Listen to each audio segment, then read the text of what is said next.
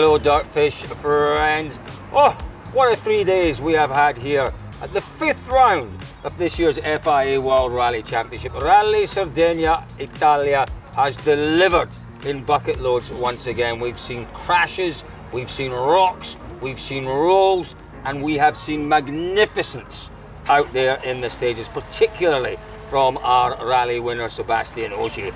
David, before we try to analyse and work out what's going on... Before we go anywhere, Colin, once again you've managed to change completely the title of the rally. Oh, Rally sorry. Italia Sardegna. What did I call it this time? Rally Sardegna Italia. Yeah, I'll get it Three right. words, not complicated. More than 2 words and I struggle. Folks, I tell you what we'll do. While I think about what David's just put right, let's go through the top 10 at the end of the Rally Italia Sardegna.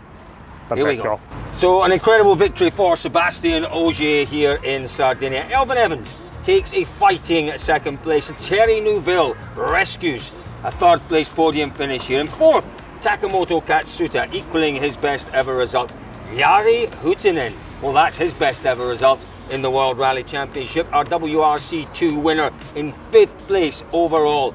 My man of the rally, Mads Osberg, was in 6th. Johan Rossell, our WRC 3 winner, was in 7th. Pepe Lopez 8th, Jan Solans 9th, and Marco Bellazia scores a WRC point here in Italy in 10th place. So David, a difficult top 10, that one to predict. I don't think any of us at the start of the rally would have predicted that.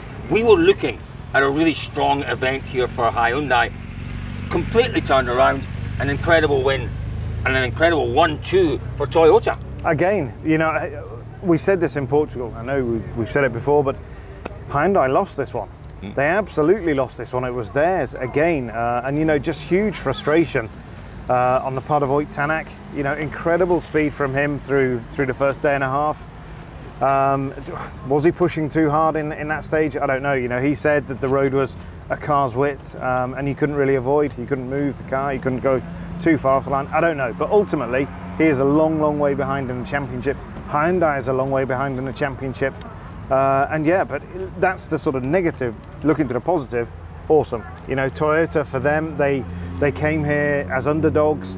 They took their time, they settled in. They knew they weren't going to win in terms of speed. Certainly weren't going to beat Tanak, but you know, they were there.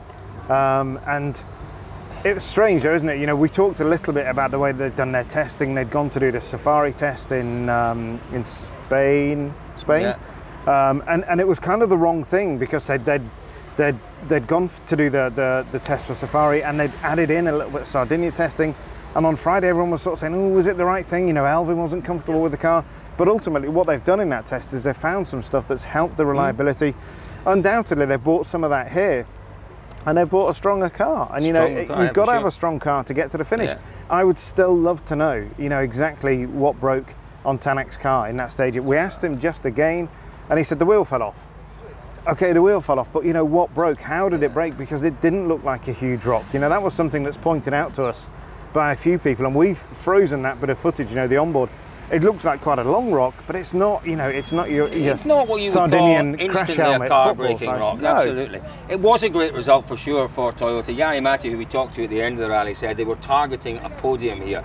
It wasn't in their wildest dreams that they would come away with a first and second, but I think we have to talk a little bit about the brilliance of Sebastian Ogier. Yeah. You know, he used every ounce of his experience over the 3 days here to, on the Friday, contain and, you know, and drive with a compromised car. Compromised car, you know, that's compromised crucial. setup to contain the time loss on the Friday, and then, my goodness me, okay, it came to him a little bit on the Saturday, but he was quick, he was confident, and he was safe through the whole rally. He definitely, you know, if you'd left Tanak there, Tanak would have won this rally. If he'd avoided that rock, he would have won. You know, the crucial thing for Sebastian was to put pressure on Sordo, and he did that. You know, those first 2 stages on Saturday morning, he was right there, he was past him. Yeah. You know, so that's where Seb created this victory. But you know, Sebastian, he has done this before. You know, in 2015 we saw him win, and in those days he was doing 2 days first on the road. So he has this ability, and we've just seen it again. But you know what's more impressive about this performance from Ogier here? I totally get what you're saying. You know, in the Volkswagen days, he was cleaning the road for the first 2 days, but he had a superior car, a far superior car. He had, it could be argued, a far superior team behind him. you know, there's no advantage in the car he had here. No advantage, I don't think. I think if anything, maybe that Hyundai was a bit quicker.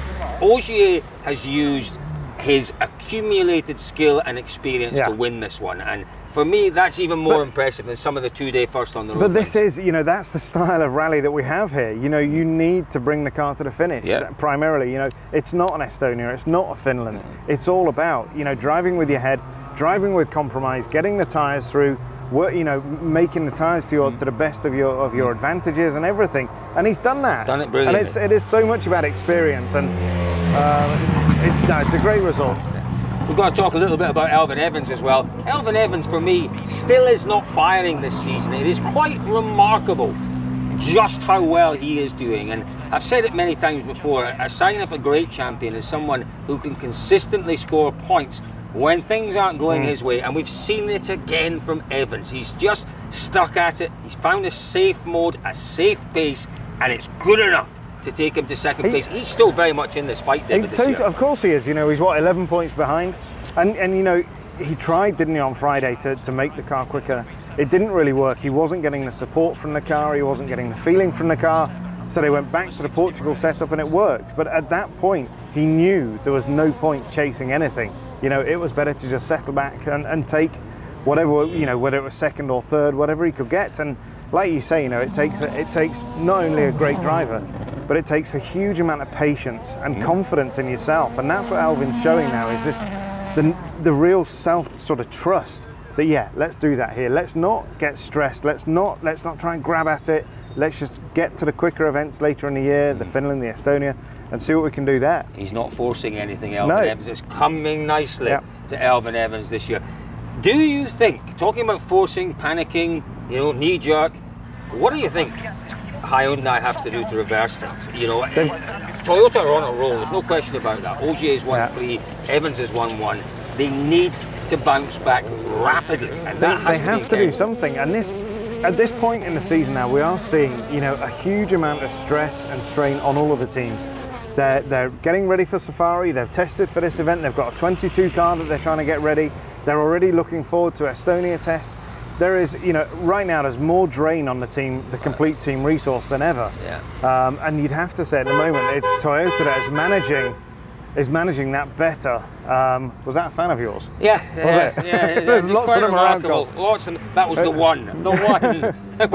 But this is, you know, it is a time when the teams are spread really thin. And I think that, you know, potentially what we're seeing here from Hyundai is an effect of that. I don't know. I mean, we asked again Andrea Adamo, you know, exactly what do you do?